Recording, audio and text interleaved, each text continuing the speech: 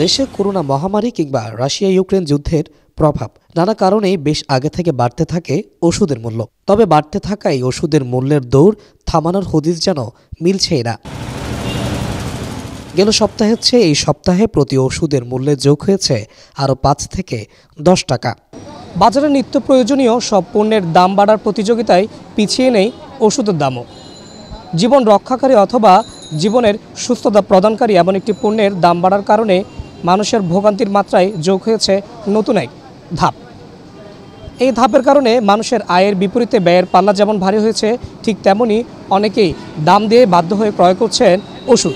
আবার অনেকেই নিজেদের ওষুধের তালিকা থেকে বাদ দিচ্ছেন নামি দামি ওষুধের নামগুলো। কৃষিকাজ করে জীবিকা নির্বাহ করেন আব্দুল হামিদ। গ্রাম থেকে শহরে এসেছেন মা বাবার ওষুধের প্রয়োজনে। সব ওষুধ মিলিয়ে তার বাজেট ছিল ৪০০ টাকা। তবে হিসাবের খাতায় দাম ঠেকেছে ৬০০ টাকা।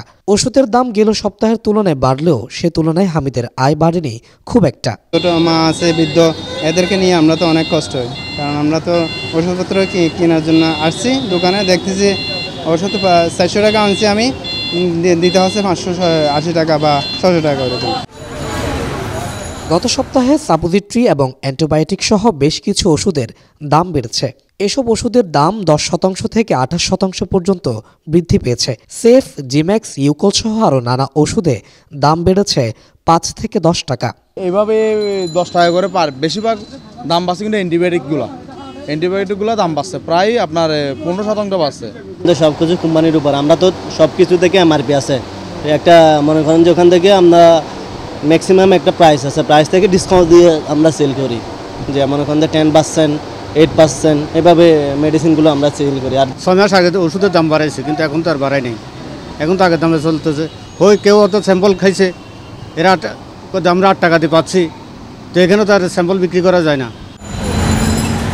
গেল ৬ মাসে সব ধরনের ওষুধে দাম বৃদ্ধি পেয়েছে পর্যায়ক্রমে। জীবন রক্ষাকারী এমন একটি অতি জরুরি পণ্যের দাম বাড়ায় দুশ্চিন্তার ছাপ সাধারণ ভোক্তাদের মাঝে।